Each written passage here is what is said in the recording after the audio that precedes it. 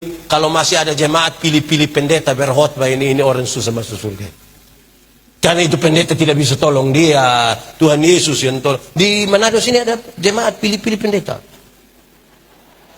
Ada juga nah ini repot ini kalau begini ini. Oke, jemaat. Saudara tahu, Tuhan Yesus menolong kita di situ. Oleh bilur-bilurnya kita menjadi. Aku berkata kepadamu, kasihilah musuhmu, berbuatlah baik bagi yang membencimu, mintalah berkat bagi yang mengutuk, berdoa bagi yang mencacimu. Kalau pipi kirimu ditampar, berikan juga pipi kanan. Aku yang memilih kalian. Bapak Ibu Saudara-saudara, mari kita berdoa untuk pemberitaan firman Tuhan. Mari berdoa. Ya Tuhan Allah, kami akan membaca dan merenungkan firman-Mu.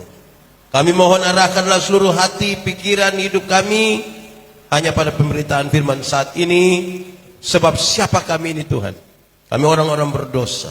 Kami terbatas dalam segala sesuatu. Sungguh tidak mungkin bagi kami untuk mengerti firman-Mu kecuali kalau Tuhan menolong kami.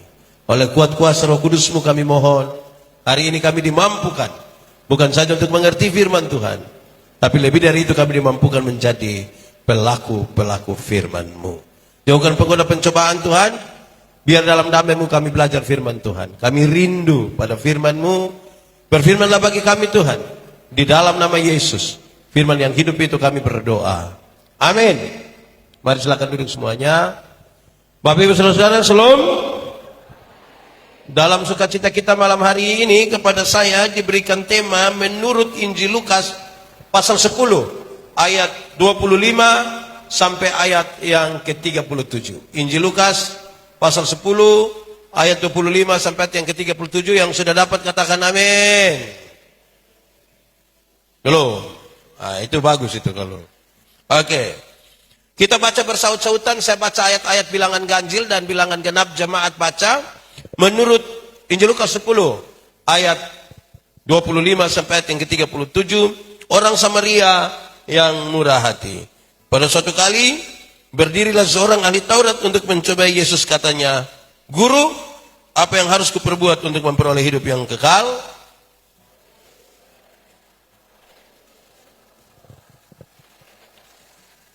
Jawab orang itu, "Kasihilah Tuhan Allahmu dengan segenap hatimu dan dengan segenap jiwamu dan dengan segenap kekuatanmu dan dengan segenap akal budimu, dan kasihilah sesamamu manusia seperti dirimu sendiri."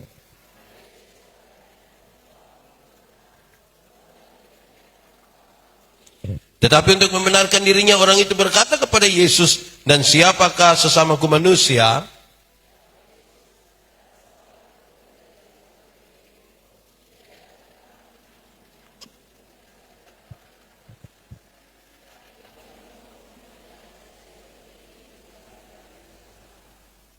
Kebetulan ada seorang imam turun melalui jalan itu.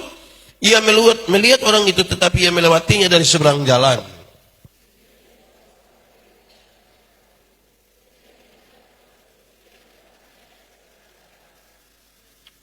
Lalu datang seorang Samaria yang sedang dalam perjalanan ke tempat itu, dan ketika ia melihat orang itu, tergeraklah hatinya oleh belas kasihan.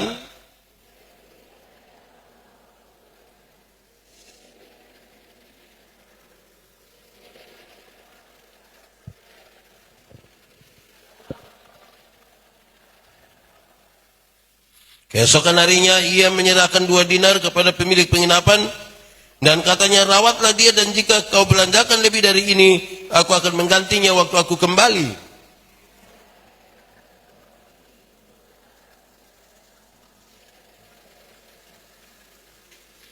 Jawab orang itu, orang yang telah menunjukkan belas kasihan kepadanya. Kata Yesus kepadanya, "Pergilah dan perbuatlah demikian." Demikian firman Tuhan.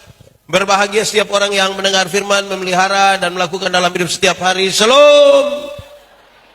Damai di hati. Ulang, shalom. Damai di hati. Ada imam, ada orang Lewi, ada orang Samaria. Saudara mau jadi orang mana?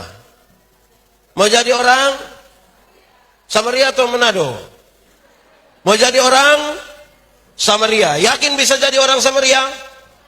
Amin. Beres. Mau jadi orang Samaria, tidak apa-apa, itu saudara punya mau toh. Tapi saya mau kasih saudara, kalau mau jadi orang Samaria, maka tiap hari dia harus duduk di jalan antara Yerusalem, Yeriko. Dia tunggu orang kena rampok, dia tolong. Tunggu orang kena rampok, dia tolong. Tunggu orang kena rampok, dia tolong. Lama-lama tidak ada yang kena rampok, dia yang kena rampok nanti. Tapi tetap mau konsisten jadi orang Samaria, amin. Oke. Kisah tentang orang Samaria yang murah hati itu dimulai dari sebuah pertanyaan. Guru, apa yang harus kuperbuat untuk beroleh hidup yang kekal? Supaya sebentar kisah tentang orang Samaria kita lihat sebagai sebuah jawaban atas pertanyaan. Apa yang harus saya perbuat untuk beroleh hidup yang kekal? Adalah seorang ahli Taurat. Ahli Taurat tanya Yesus, Guru, apa yang harus saya perbuat untuk beroleh hidup yang kekal? Tuhan Yesus bilang begini, engkau kan ahli Taurat toh? Apa yang kau baca di sana? Apa yang kau dapat di sana? Dia bilang, kasihi Tuhan, kasihi sesama. Tuhan Yesus bilang begini, jawabanmu itu benar. Pergi dan perbuatlah. Itu Tuhan Yesus pun jawab itu bilang, pergi kau buat itu 10 hukum sudah. Kasihi Allah, kasihi manusia. Saya mau tanya, bisa dilakukan dengan sempurna kah? 10 hukum dijabarkan jadi 613 pasal, masih ada ribuan peraturan hidup setiap hari. Bisa dilakukan. Wah, ini orang juga repot ini. Terus dia bilang begini, Guru, dan siapakah sesamaku manusia? Untuk hindar sedikit dari itu pernyataan. Terus Tuhan Yesus bilang begini, adalah seorang yang turun dari Yerusalem ke ada yang sudah pernah pergi Yerusalem Yeriko? Yang itu hari? Oke. Jalan Yerusalem Yeriko tidak terlalu jauh, kira-kira 30 km. Tapi dia jalan berlekuk-lekuk, berbatu-batu lepas, berbatu-batu licin, 400 meter di bawah permukaan laut. Jadi kalau ada orang dirampok di sana, sulit untuk dia dapat pertolongan. Tapi tiba-tiba ada orang ini datang ke sini. Dia bukan saja dirampok, dipukul hampir mati. Datanglah seorang imam. Ini imam tolong kau tidak? Ini imam tolong kau tidak? Ini imam baik kau tidak ini? Ini imam baik kau tidak ini? Iya, makanya saudara tidak mau jadi imam itu toh. Masa kok ada orang susah di situ tidak tolong?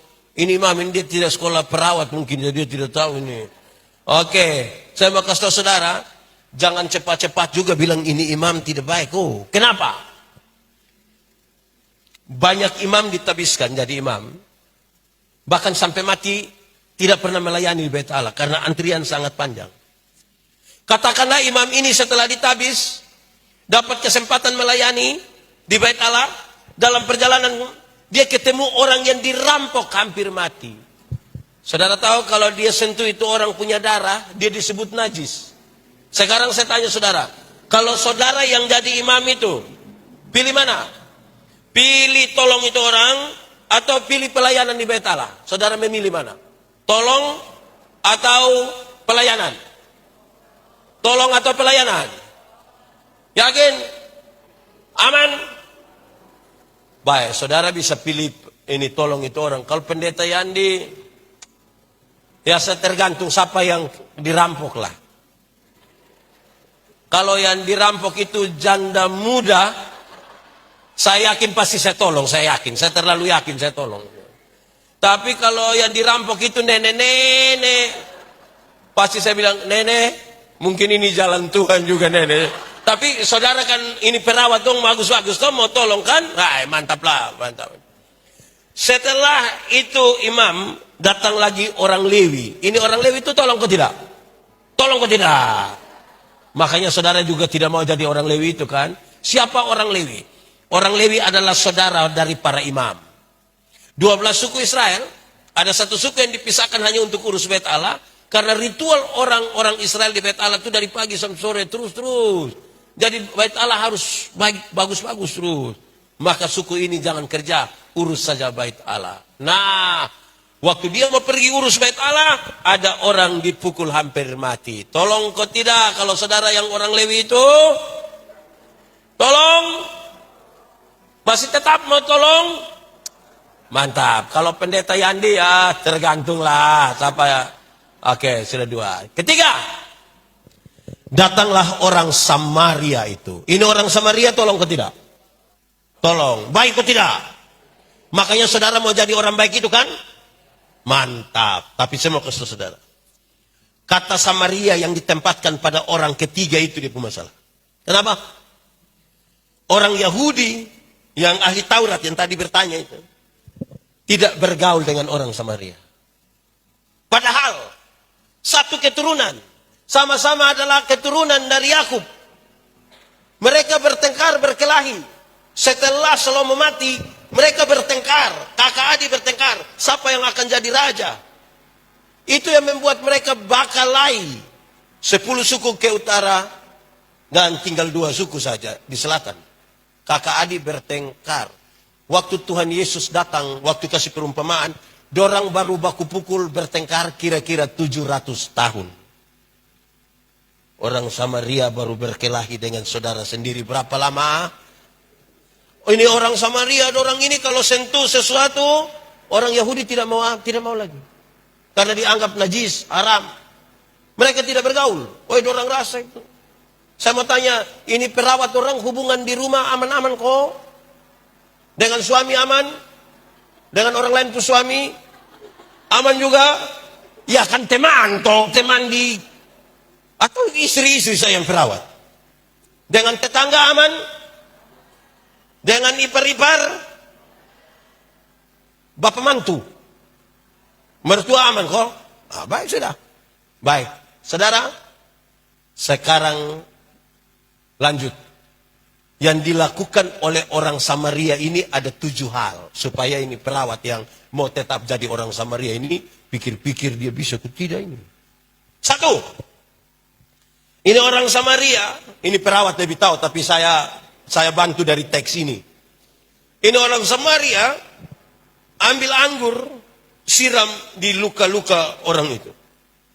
Alkohol pada anggur itu diharapkan bukan saja membersihkan, tapi mematikan itu kuman-kuman. Siapa tahu nanti kena penyakit apa dulu? Penyakit apa? Tetanus. Rupa-rupanya, ini orang Samaria ini dia jalan kemana-mana, dia bawa anggur. Sekarang saya mau tanya, perawat-perawat dong ini ada yang jalan kemana-mana bawa anggur? Cap tikus begitu, ada yang jalan kemana-mana dia ada bawa kok? Ada kok? Ya, kemungkinan besar dia orang Samaria. Dia siram ini anggur. Kedua, setelah dia pakai anggur itu menurut teks tadi, dia ambil minyak dan dia oles di luka orang itu. Kemungkinan besar ini minyak zaitun. Karena salah satu fungsi dari minyak zaitun adalah menyembuhkan luka. Apa? Untuk 2 pekerjaan ini yang mau jadi orang Samaria bisa lakukan. Taruh alkohol dengan taruh minyak bisa.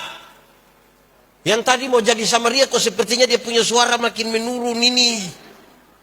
Bisa kok? Bisa. Saudara pastikan untuk pekerjaan itu kan pasti bilang begini. Tahan sedikit. Pakai bahasa Kuban bilang. Tahan sedikit, tahan sedikit. Tidak mungkin dia bilang. Makanya jangan. Tidak mungkin. Gitu. Oke, sudah 2. Ketiga. Dia ambil kain, dia balut di luka-luka orang itu. Bisa dilakukan? Aman? Tidak jijik kok? Itu terbiasa ya perawat dong ya. Oke, sekarang kita mulai yang agak berat-berat sedikit. Keempat. Ini orang Samaria, angkat ini orang, muat di atas keledai tunggangannya. Saudara, saya mau tanya kita, tolong jawab. Kita santai-santai saja, saudara jawab. Dulu sudah ada Otto, Innova ada, Avanza, Fortuner, Grab. Jadi orang kemana-mana orang naik apa tuh? Keledai atau berarti keledai ini kendaraan terbaik. Sekarang saya mau tanya, ini pendeta Yandi kalau bawa mobil, dia bawa mobil.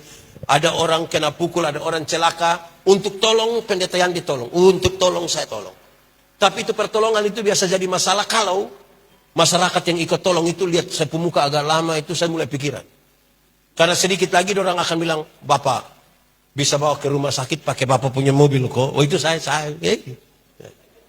Saya mau tanya kita dulu, tolong jawab. Kalau saudara ketemu orang luka-luka yang saudara tolong itu, saudara bawa mobil, bawa ke rumah sakit, boleh bawa saudara punya mobil, boleh pakai. Bawa saudara punya mobil, boleh? Boleh? Yakin? Saya tanya banyak orang dan yang paling banyak bilang boleh itu karena dia belum ada mobil. Kalau dia sudah ada itu Bapak, apalagi kalau sudah cuci bersih, kesetnya sudah bersih, istri saja naik lepas sendal. Apalagi orang yang dia tidak kenal, tapi tetap konsisten. Kau mau jadi orang Samaria, aman? Saya lihat saudara punya makin turun ini. Saudara makin bukan Samaria, ini malah layang ini. Oke, sudah berapa tadi? Sudah berapa tadi? Oke, satu tadi apa? Satu apa? Satu, dua, tiga, keempat, muat di atas. Yang kelima, dengar. Yang kelima, dia bawa orang itu ke rumah penginapan. Betul? Menurut teks. Dia bawa orang itu ke rumah penginapan. Bisa kok yang mau jadi orang Samaria kok. Ketemu orang yang kesulitan, sakit, saudara taruh dia di, sebut satu hotel di sekitar sini, hotel apa? Saudara taruh dia di hotel quality misalnya, terus saudara tidur di luar, saudara kasih tinggal dia. Bisa, aman jadi Samaria, tetap boleh kok. Ya, saudara sudah tidak mau Samaria ini, saudara makin mundur ini. Ini bahaya, ini sudah jadi orang Bitung saja ini. Oke, lanjut. Sudah berapa? Satu, dua, tiga, empat, lima, enam. Dengar, dia merawat orang itu. Jadi bukan saja muat di depo mobil, bawa ke rumah penginapan, dan dia rawat orang itu. Pasti dia muat. Dia kasih hangat air, masak bubur. Pagi-pagi dia datang di pintu, dia ketuk. Om, yo, masih hidup. Kan dia harus cek, kan dia cek. Bisa lakukan Samaria. Weh, ini suara makin hilang. Oke, lanjut. Sudah 6 ya, satu tadi. 2, 3, 4, 5, 6. Oke, ketujuh. Dia ambil uang 2 dinar, dia kasih kepada pemilik penginapan itu, betul? Dulu, dia bilang begini, waktu dia kasih kepada pemilik penginapan, dia bilang, uruslah orang ini sebaik-baiknya. Kalau engkau belanjakan lebih dari ini, nanti aku menggantinya waktu aku kembali. Saya mau kasih tahu saudara, dulu orang kerja 1 hari dibayar 1 dinar. Berarti kalau 2 dinar itu upah kerja berapa hari? Sekarang saya mau tanya saudara yang mau jadi Samaria, ini uang harian 2 hari bisa kasih orang susah? Yang pas dapat surat tugas kemana begitu bisa untuk 2 hari, untuk orang susah bisa, Samaria boleh? Weh, ini Samaria dong ini. Mulai pikiran ini untuk jadi, ini bahaya ini. 2 dinar, urus saja orang ini. Kalau engkau belanjakan lebih, aku akan menggantinya waktu aku. Baik, sekarang saya mau kasih tahu saudara, dengar, jemaat. Di sini tidak ada bangku-bangku saja ini. Jemaat. Kerinduan saudara untuk jadi orang Samaria tidak akan pernah jadi kenyataan, tidak akan. Mau usaha bagaimana, tadi baru urus 1 saja saudara sudah pusing, apalagi urus pasien begitu banyak. Karena itu saya mau kasih tahu saudara, dengar. Orang Samaria itu adalah Tuhan Yesus. Orang Samaria itu siapa? Tuhan Yesus, bukan saudara, bukan saya. Orang Samaria itu siapa? Tuhan Yesus itu jalan dari Yerusalem ke Yeriko. Kalau kita bicara Yerusalem, Yeriko dalam konteks Palestina, orang tahu Yerusalem itu kota kudus. Kota apa? Makanya kita menyanyi, oh Yerusalem, kota mulia, apa hati ku rindu kesana. Sekali lagi Yerusalem,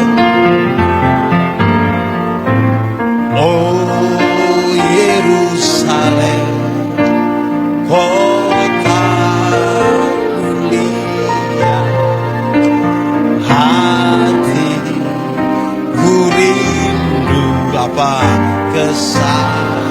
Sama-sama semuanya, tak lama lagi.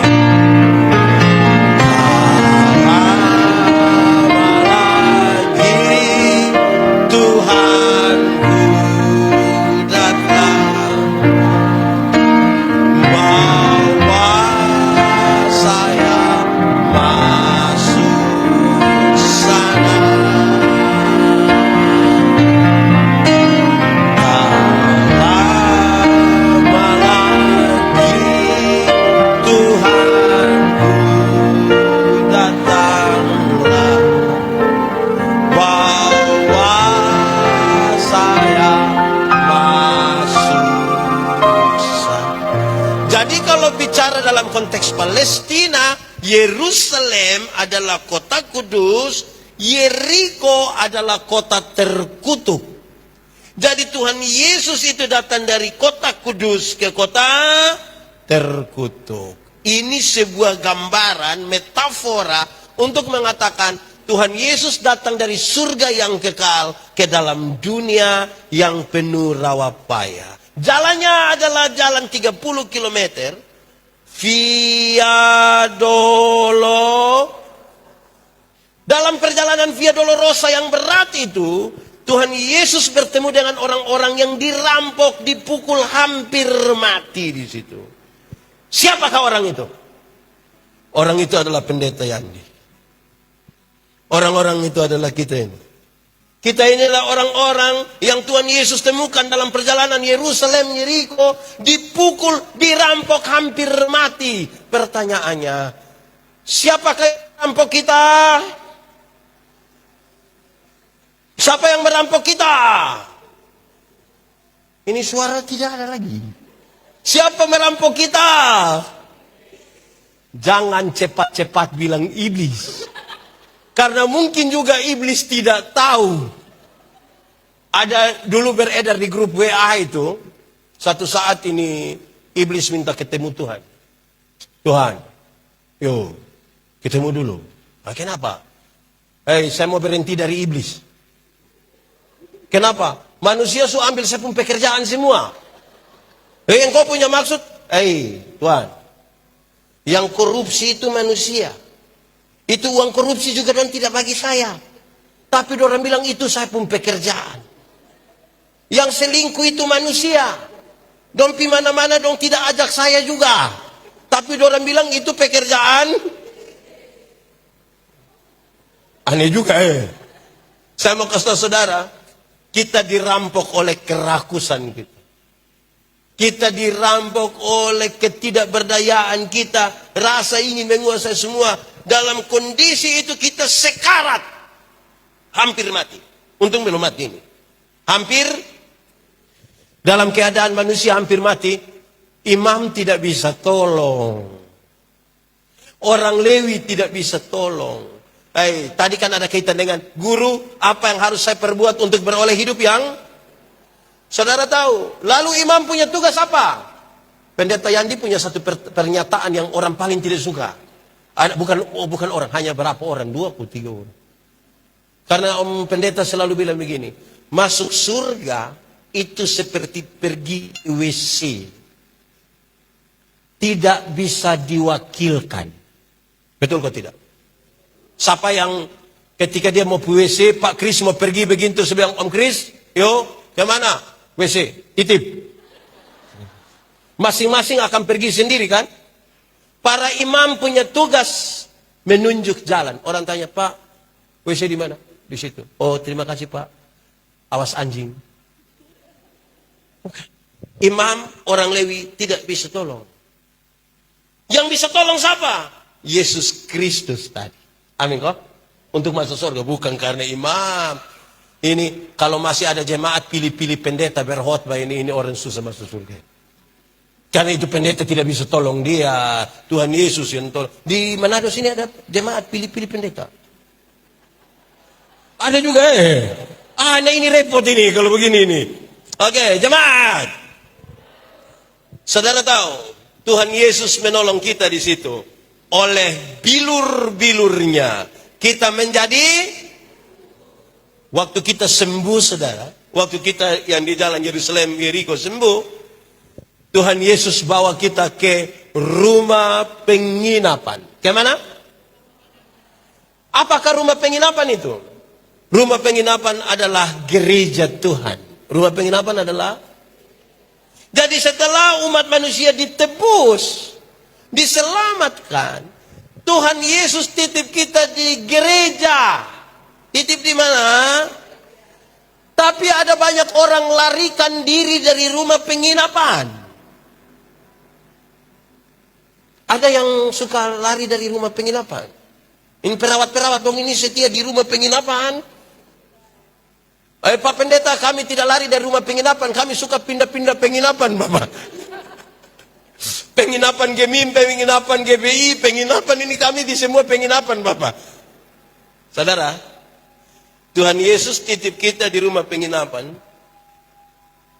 Terus dia ambil uang berapa dinar? Dia titip di itu gereja. Dia bilang begini, uruslah mereka sehabis-habisnya.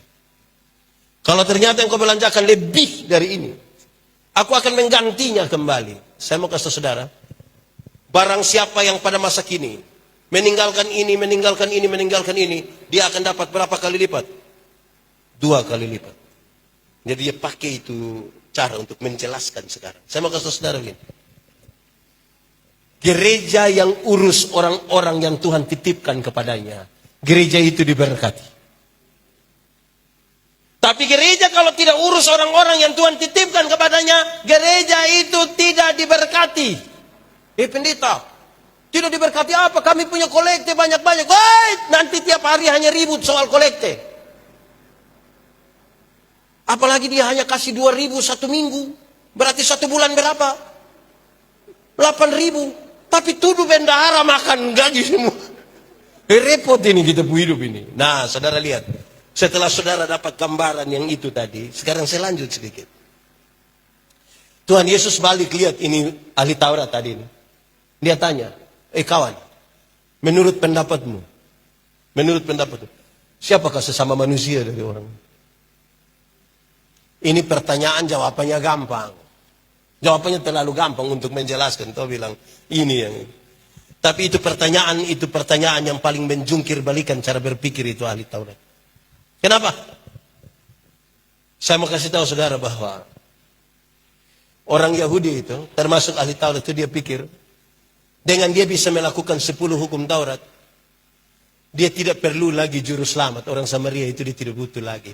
Dengan dia melakukan perbuatan baik, dia sudah bisa lurus-lurus masuk surga. Makanya itu pertanyaan berat. Kawan, menurut pendapatmu, siapakah sesama manusia dari orang? Apalagi kita baca kitab suci, kita dengar, keselamatan datang dari Yahudi. Sekarang Tuhan Yesus mau kasih tahu. Saudara, melakukan hukum Taurat, tadi saya sudah kasih tahu. 10 hukum Taurat dijabarkan jadi 613 pasal. 613 pasal, masih ada ribuan peraturan hidup setiap hari. Melakukan 9 gagal, 1 gagal semua. Melakukan 2.400 gagal, 1 gagal semua.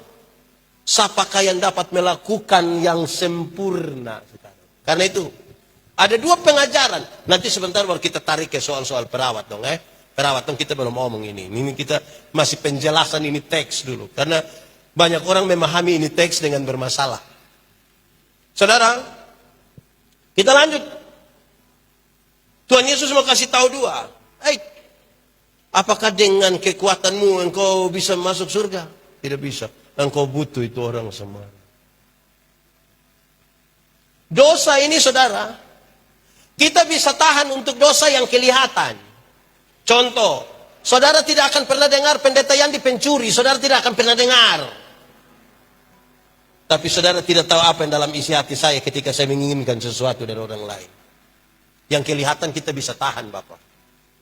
Walaupun ada hati kepingin juga, tapi ya. Orang-orang yang ikut pekabaran Injil, dorang suka bertanya bilang begini, dosa itu apa? Dosa itu melanggar kehendak Allah, betul? Jangan tanya lagi. Kalau dosa melanggar kehendak Allah, satu hari kita langgar kehendak Allah berapa kali? Banyak atau sedikit? Bisa hitung atau tidak? Sendiri buat, sendiri tidak bisa hitung. Terus saudara bilang begini, coba anggap saja satu hari kita bikin dosa tiga. Dosa pikiran satu, perkataan satu, perbuatan. Jangan tanya lagi. Kalau satu hari tiga, satu bulan berapa? 3 kali 30 hari. 3 kali 30? 90. Satu tahun berapa? 90 kali 12 bulan. 1080. Taruhlah 1000. Satu hari 3, satu bulan 90, satu tahun 1000. Sekarang, tolong kali dengan umur masing-masing. Nah, Pendeta Yandi umur 46 tahun. Kalau kali 1000 kali 46. Dengan 46.000 itu Pendeta Yandi masuk surga. Ini tiap hari khotbah ini. Masuk surga dengan 46.000. Om Pendeta minta maaf, ada umur berapa? 14 kali 1000? Bisa pergi surga. Umur 18 kali 1000? Ini jangan coba-coba tanya kita pun nenek. Itu baru satu hari 3. Apalagi satu hari tidak bisa hitung. Mau masuk surga. Ini yang Tuhan Yesus tanya. Kawan, menurut pendapatmu siapa? Kadang-kadang kita nih, bahkan dalam gereja sekalipun, bahkan dalam komunitas sekalipun, ada orang yang terlalu sombong rohani. Sampai dia pikir dia orang paling bersih di dunia. Wah, 1000. Itu baru 3. Saudara tahu, ini berat ini. Ini, Pak Pendeta, kita tidak butuh berbuat baik. Berbuat baik itu ungkapan syukur. Bukan jalan menuju surga. Berbuat baik itu ungkapan syukur. Saya kasih contoh. Anggap saja saya dengan kakak ini kami dua tidak kenal. Terus saya dapat dia pun nomor telepon, saya telepon. Kakak, sebentar malam bisa ketemu saya depan rumah jabatan gubernur. Kira-kira beliau mau atau tidak? Mau atau tidak? Dia tidak mau, kita dua tidak kenal. Dia ada ayam satu di rumah, kami dua tidak kenal. Kita pergi ke dia punya rumah, kira-kira dia kasih kita itu ayam atau tidak? Saya ganti pertanyaannya. Saya mau kasih dia oto baru 10 kilometer. Kira-kira dia mau atau tidak? Terus saya beli kasih dia oto baru 1, Toyota Alphard 1. Waktu saya kasih itu oto dengan cuma-cuma kepada dia, ada perubahan perilaku dari dia ke saya atau tidak? Saya telepon jam 12 malam, datang atau tidak? Saya pergi ke dia rumah, ada ayam, dia kasih atau tidak? Kenapa dia tiba-tiba baik begini ini? Karena dia telah menerima sesuatu yang mahal dan cuma-cuma kan dari saya, ada perubahan perilaku. Jadi perbuatan baik adalah ungkapan syukur dari apa yang kita terima dari Tuhan. Jangan kita pikir kita orang baik. Saya berkhotbah di banyak penjara di Indonesia, saudara. Saya biasa tanya, apa beda orang penjara dengan orang di luar penjara? Dorang pikir terlalu lama. Saya bilang dia punya beda hanya satu. Beda orang penjara dan orang di luar penjara adalah dorang sudah kena tangkap. Kita yang belum kena tangkap. Jadi kita jangan pikir kita terlalu baik.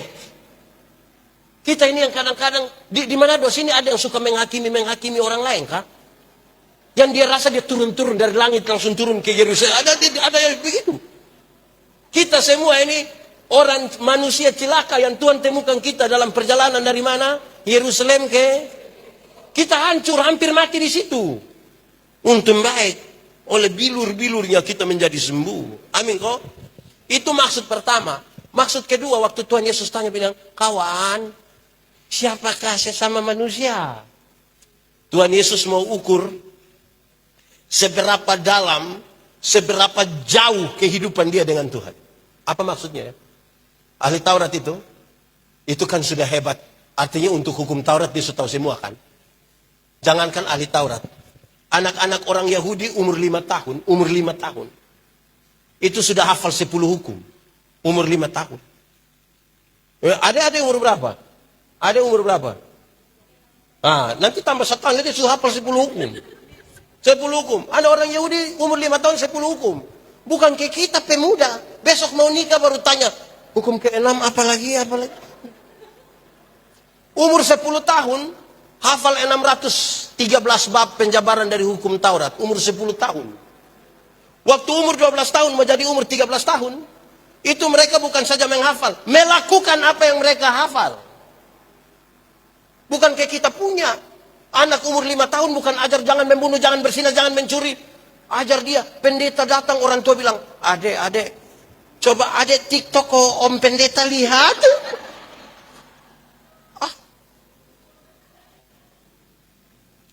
Sekarang Tuhan Yesus mau tanya, itu yang anak kecil, apalagi kalau dia ahli Taurat. Tuhan Yesus tanya begitu untuk ukur seberapa dalamnya perjalanan dia dengan Tuhan. Kan sudah hafal ini. Ada jalan dengan Tuhan ke tidak? Saudara tahu? Kalau saudara berjalan dengan Tuhan Yesus, kalau Anda dikenal dunia sebagai milik Tuhan, maka Tuhan yang harus kelihatan dalam hidupmu dan bukan Anda. Saya kasih contoh sekarang. Saya pakai contoh ringan-ringan untuk kita pahami. Coba kita ukur kita ini ada berjalan bersama dengan Tuhan Yesus atau tidak. Satu, pernah pergi pantai kok tidak? Pantai mana? Pindah siapa? Dibuat apa di sana? Kita kalau pergi ke pantai, air di pinggir pantai itu hanya sampai di betis. Itu kita bisa siram-siram kawan. Tolong foto lalu, foto.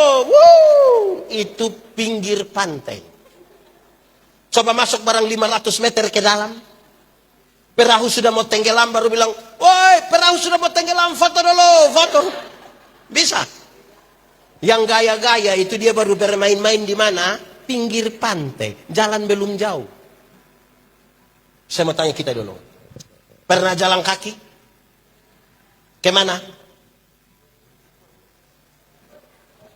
Pimantos, jalan kaki. Jalan kaki itu bisa, tapi jaraknya dekat.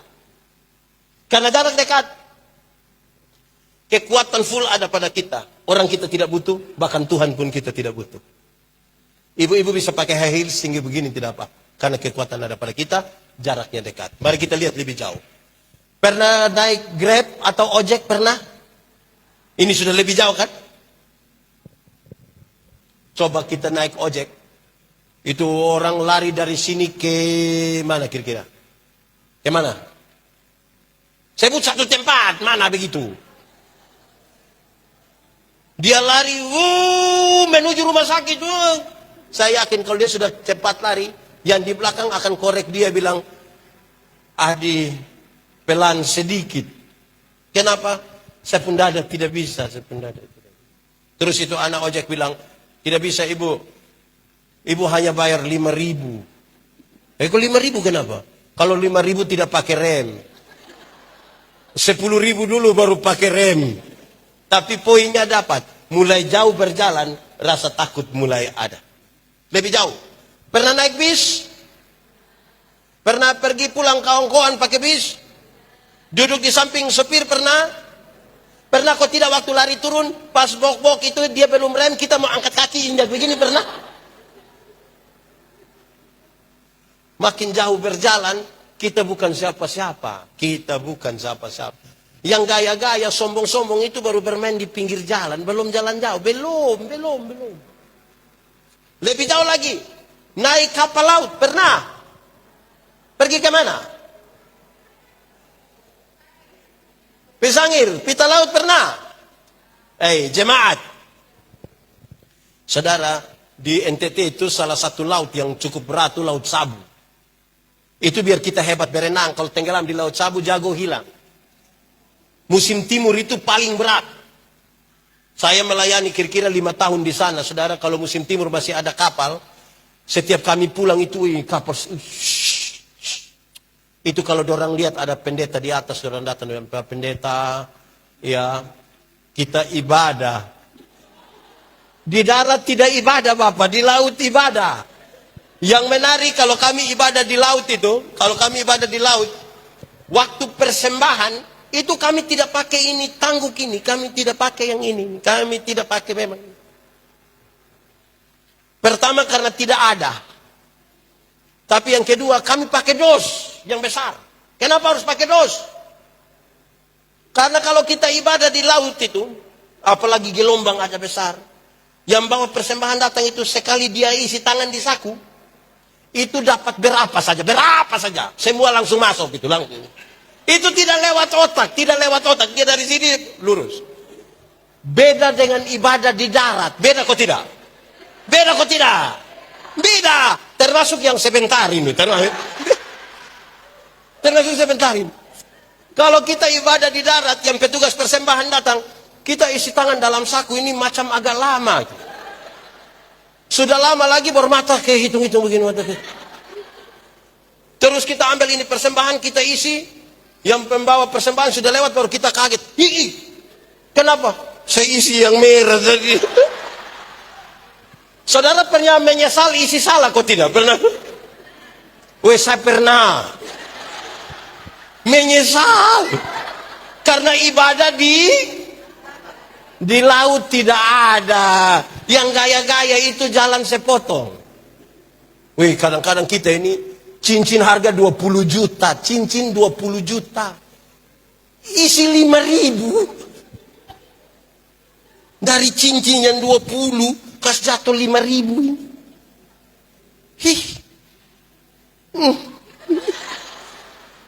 Mengerikan. Ada orang tua satu, dia kan isi persembahan begini. Saya tanya, Bapak, kenapa sampai lipat itu tangan macam begitu? Dia bilang, pendeta, kalau tangan kanan memberi, tangan kiri tidak perlu tahu. Saya bilang, iya, tapi saya tahu. Pendeta tahu apa? 1.000, makanya kita begini. 100.000 tidak mungkin begitu. Begini. Sudah begini pakai batok-batok lagi.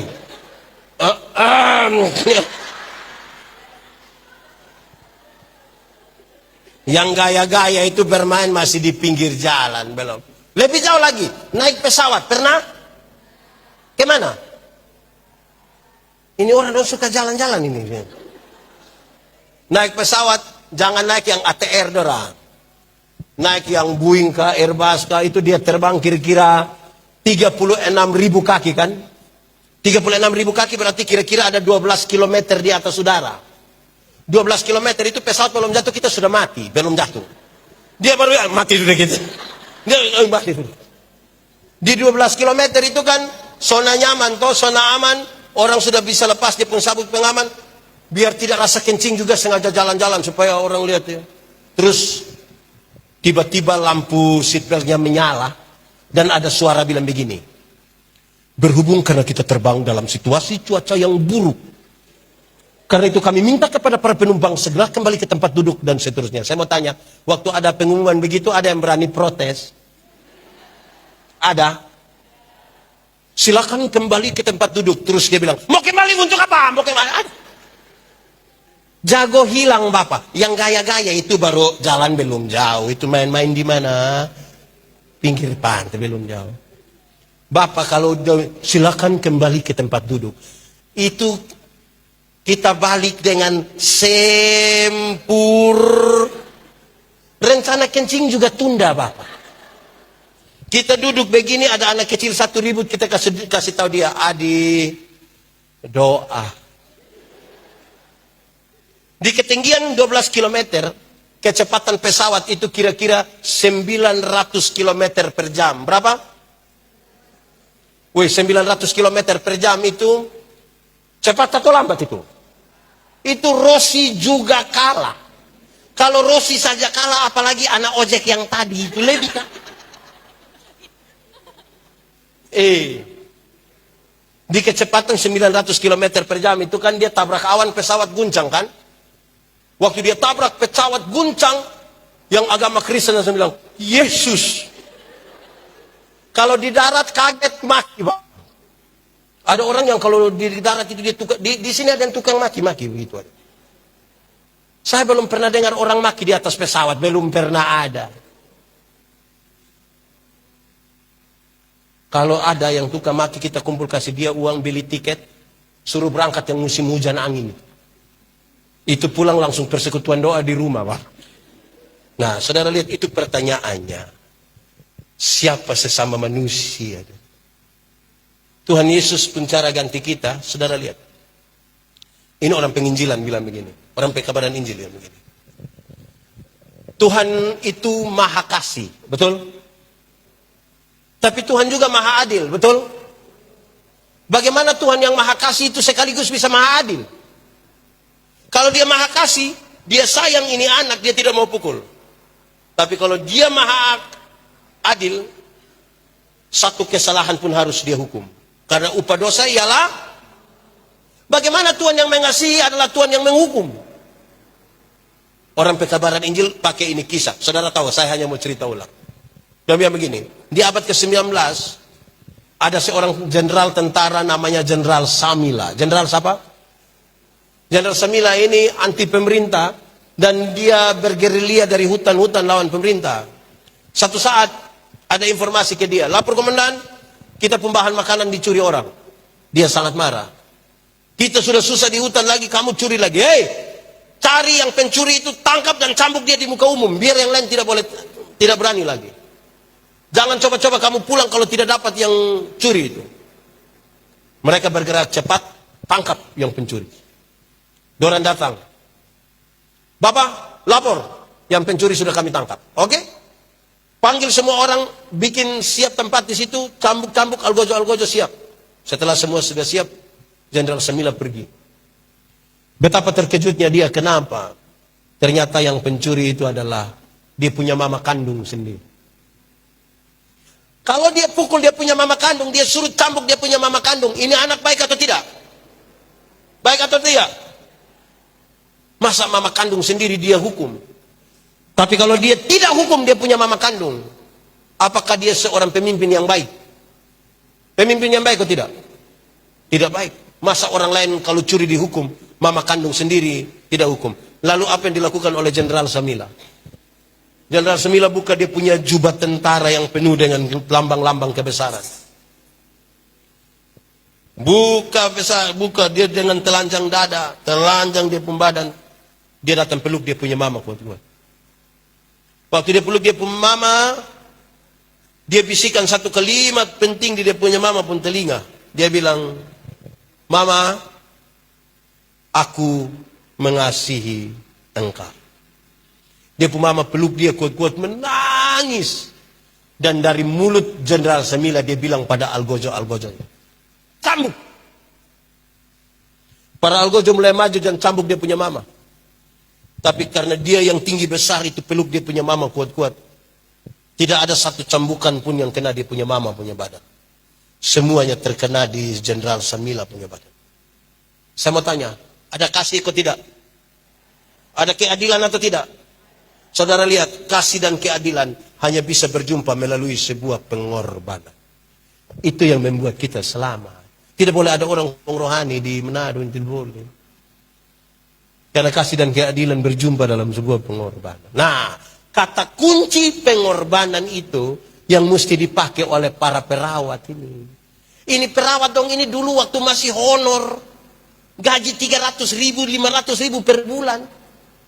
Berdoa keliling semua gereja di Manado supaya kalau Tuhan berkenan terima jadi ASN. Sudah diterima jadi ASN, langsung bikin pengucapan syukur, gaji pertama semua kasih Tuhan. Kedua, ketiga sampai hari ini yang sudah tidak lagi. Dulu waktu awal-awal bekerja dengan sangat luar biasa. Makin hari ini makin pemalas. Dia juga perintah anak baru, anak baru. Itu macam-macam suntik di mata. Tapi tidak ada di sini perawat suntik di mata itu. Mata kaki mungkin aja. Bapak Ibu saudara-saudara, saya mau kasih tahu. Perawat, dokter, pendeta saja yang kita ini diakui di dunia. Artinya dengar. Ijazah dari yang kita sebut ini, dia tembus satu dunia ini.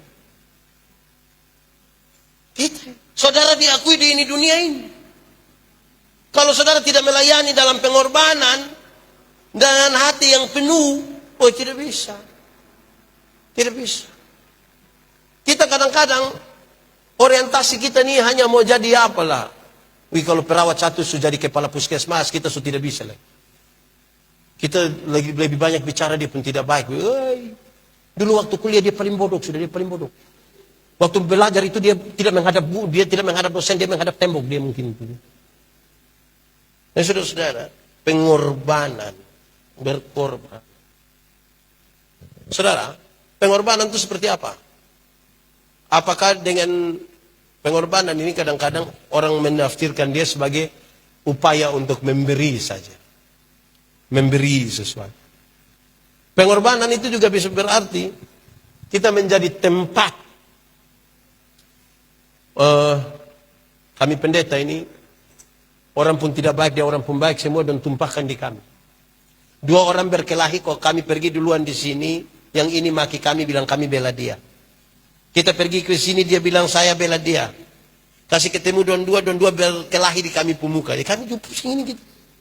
Saya ditapiskan jadi pendeta, saya bikin satu tulisan kecil, bilang begini, hari ini jadi pendeta, hari ini kita masuk dalam kelompok orang bersalah. Khotbah panjang salah, khotbah pendek salah. Rapi sekali salah, tidak rapi salah. Bergaul salah, tidak bergaul salah. Kepala botak salah, gondrong salah. Ada kumis salah, tidak ada kumis salah. Cerewet salah, tidak cerewet salah. Di rumah terus salah, keluar terus juga salah. Pokoknya semua yang kita buat salah.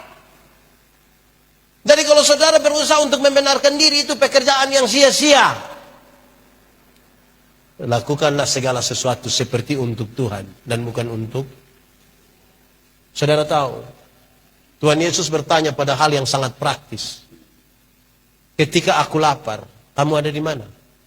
Ketika aku sakit, kamu ada di mana? Ketika aku terpenjara, kamu ada di mana? Kamu ada di mana? Kamu ada di mana?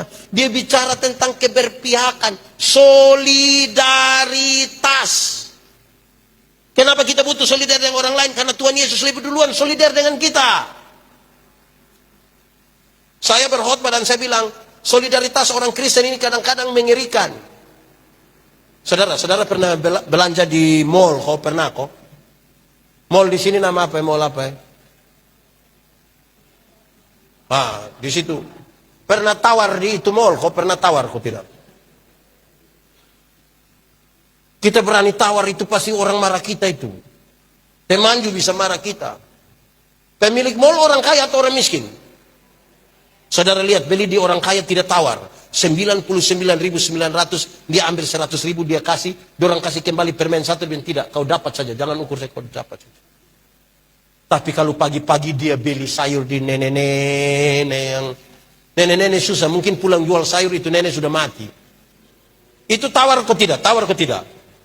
Oh tawar beli di orang kaya tidak tawar, di orang miskin dia pun penawaran itu mengerikan. Nenek-nenek sayur berapa? Ini nenek sudah senang, nenek bilang 3.000. Dia sengaja kaget. Masa 3.000? Bisa 9.000 kah?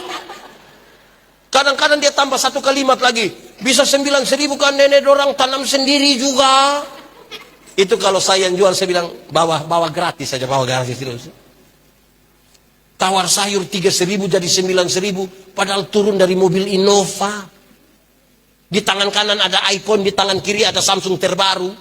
Masih ada Nokia dalam tas. Rantai salib berat 2 kilogram. Tawar sayur 3.000 jadi 9.000. Itu aduh. Mulai besok itu tawar sayur itu kebalik dari itu ya. Tanya itu nenek sayur berapa? Ini nenek kasih tahu 3.000. Maaf nenek, bolehkah 3.000? Kalau tawar sayur 3.000 jadi 3.000, hanya 3 kemungkinan. Kemungkinan pertama itu orang punya solidaritas sosial yang kuat dan hebat sekali, pantas ditiru, pantas dipuji. Tapi yang kedua mungkin makan puji.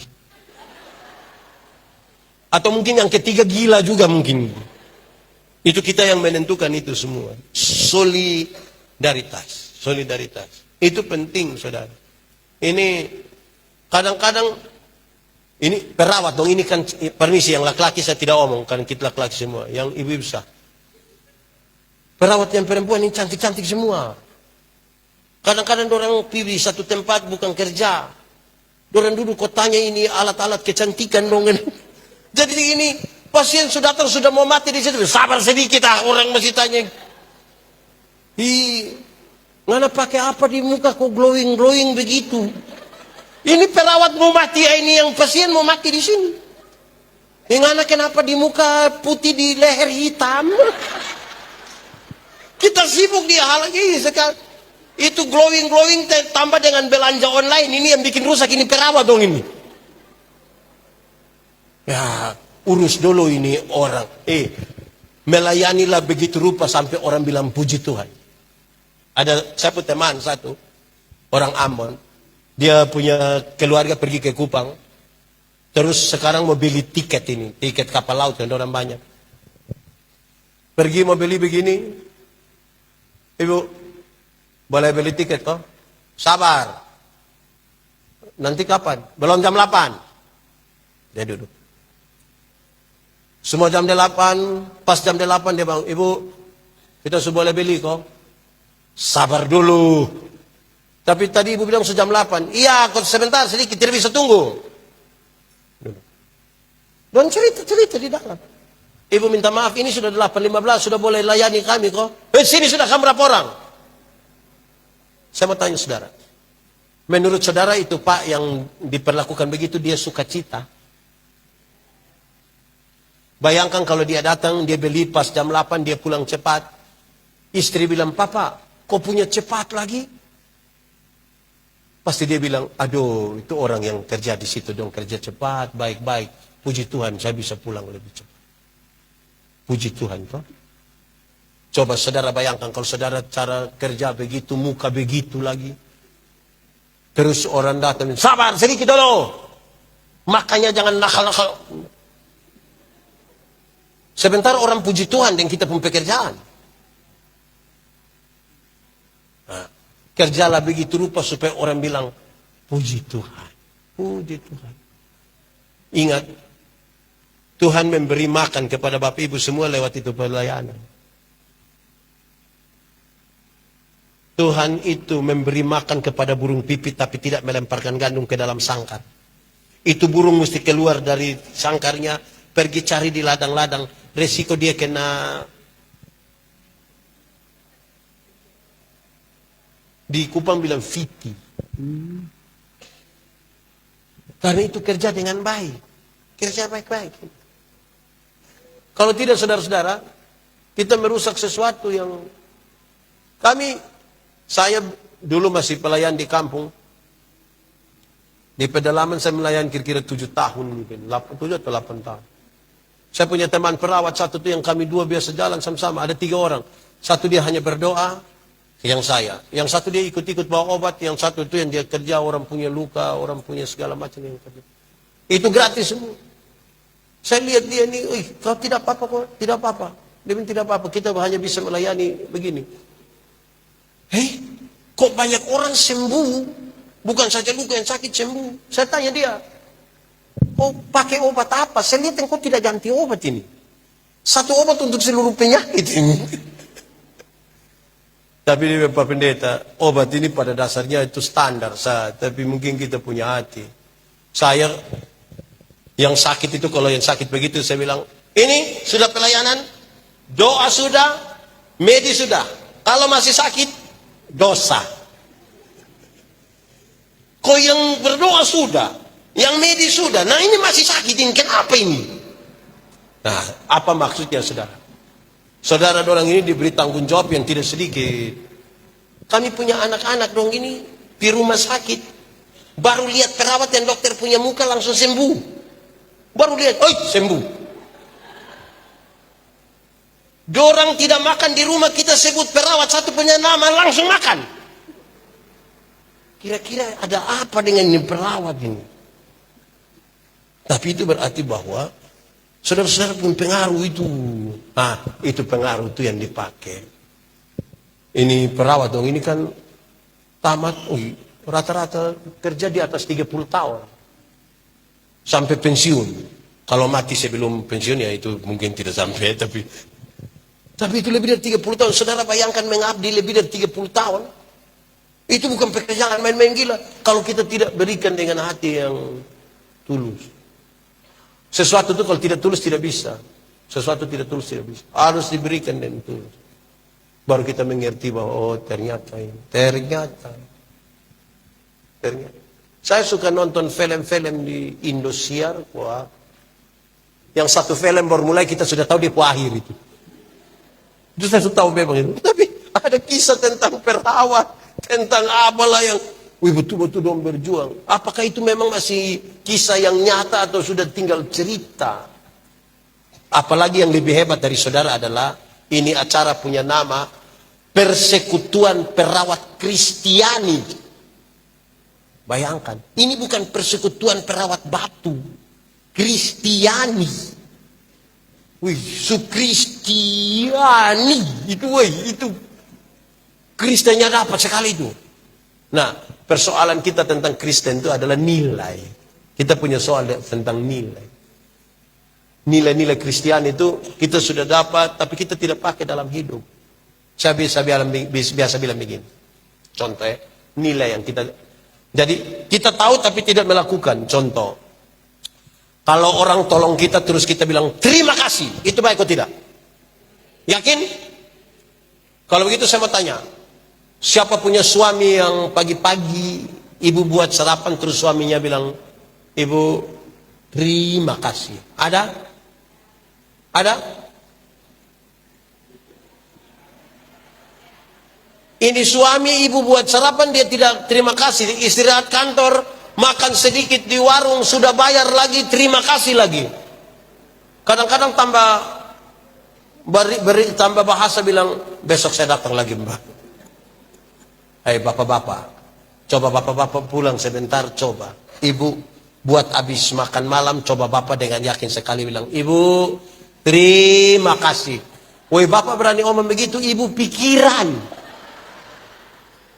Itu ibu punya pikiran dua. Pasti ibu punya pikiran pertama, tidak tahu roh apa naik di sepu suami ini sampai tiba-tiba begini. Atau jangan sampai yang kedua ibu berpikir begini, jangan-jangan ini hari terakhir. Jadi tiba-tiba karena kita tidak menjadikan dia nilai dalam kita pendiri. Mengalah itu baik atau tidak? Mengalah itu baik atau tidak? Yakin? Aman? Kalau begitu setiap kali suami istri bertengkar, siapa mengalah duluan? Suami atau istri? Istri atau suami? Suami atau istri? Istri atau suami? Saudara dengar. Dua orang tahu mengalah itu baik. Waktu bertengkar dua-dua tidak mau mengalah. Malam papa tidur di kebun dengan ular. Kalau terpaksa tidur sama-sama, papa hadap kiri, mama hadap. Bicara kok tidak? Bangun pagi, mama tetap buat kopi tapi tidak antar. Panggil anak kecil satu baru mama bilang begini, kau antar kasih papa. Papa terima di ruang tamu, papa bilang, mama yang suruh kan. Ini anak dari ruang tamu datang, dia punya mama panggil, papa bilang apa? Ya kita tahu tapi kita tidak lakukan. Kita tahu tapi kita tidak lakukan. Itu kita mempersoalkan. Belum lagi Tuhan Yesus itu tidak pernah memilih orang-orang di Yerusalem Yeriko, dia tidak pilih. Tapi kita perawat ini kadang-kadang kita melayani pilih-pilih. Kalau orang yang kota kaya itu kita melayani dia itu sepenuh hati, jiwa, akal budi dan segala macam. Tapi yang datang itu kotor-kotor, kita tapi cita-cita dia jadi orang Samaria yang murah hati. Tadi siang ada yang ikut ibadah kok di gereja di mana? Di gereja Lukas. Saya bilang, yang kita perawat pendeta ini kurang lebih sama. Bapak mama kan urus yang jasmani, kami yang rohani. Saya bilang kami pendeta-pendeta, saya punya kisah satu teman don tidak suka tapi saya punya kisah. Satu saat ada pendeta satu pergi ada nenek-nenek satu tuh di acara, ada orang bikin acara. Janda tua satu ini, janda miskin ini bilang, Bapak pendeta, tanggal 14 bisa pimpin ibadah di rumah kah? Pendeta bilang, saya sibuk. Bisakah penatua saja kah yang pergi? Oh iya, penatua saja Oh tidak apa-apa Bapak, tidak apa-apa. Dorang ambil makanan habis, duduk sama-sama, basa-basi Pak Pendeta tanya, Ibu, mau buat acara apa? Buat ibadah, ada acara apa? Terus janda tua ini bilang begini, tidak Bapak, Saya punya anak laki-laki yang pertama baru saja dilantik jadi komisaris bank. Jadi dia ada mau titip berkat sedikit. Pendeta bilang, sabar dulu. Tanggal berapa ibu? Tanggal berapa? Tanggal berapa? Terus ini bilang tanggal 14. Oh, saya kira tanggal 4. Kalau 14 bisa. Jadi marilah, Tuhan tidak pernah pilih-pilih orang toh dalam perjalanan Yerusalem, Yeriko. Iya, Pendeta Yandi awal-awal berkhotbah begini tahun-tahun 2007 gitu, suka stres. Kalau datang orang yang hadir 100, 200, aduh. Lama-lama kita pikir kita ini sebenarnya mau pelayanan apa? Akhirnya kami berdoa, sama-sama istri berdoa. Mau 1 orang hadir, berkhotbah mesti sama dengan 100 orang, sama dengan 10.000 orang, sama dengan 20.000 orang. Jangan suka pilih-pilih pelayanan. Yang kita pun terbaik itu kita berikan. Selebihnya itu Tuhan yang atur, Tuhan yang punya. Amin kok.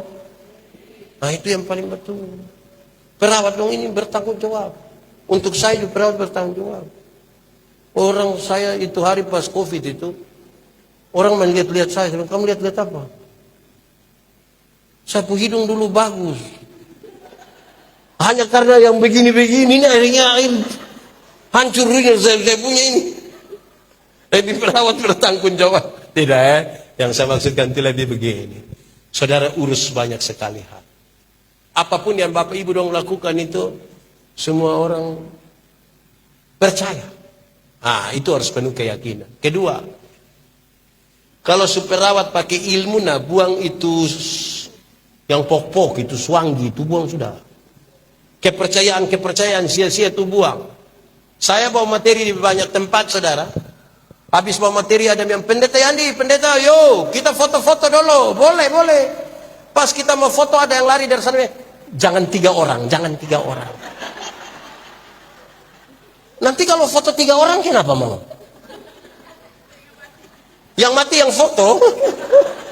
Jadi buang sudah pikiran yang sia-sia. Woi, kalau kita foto 3 orang yang di tengah mati, betapa mudahnya kita bunuh bapak ini, mudah sekali. Karena dong ada 3 tinggal kita, wah mati dia. Buang sudah kita punya pikiran yang sia-sia itu. Kalau tangan kanan gatal artinya, kalau tangan kanan gatal dapat duit, saudara jadi perawat untuk apa lagi? Tinggal duduk kayak begini-begini. Kalau tangan kanan gatal artinya dapat doi, berarti orang koreng itu kaya raya.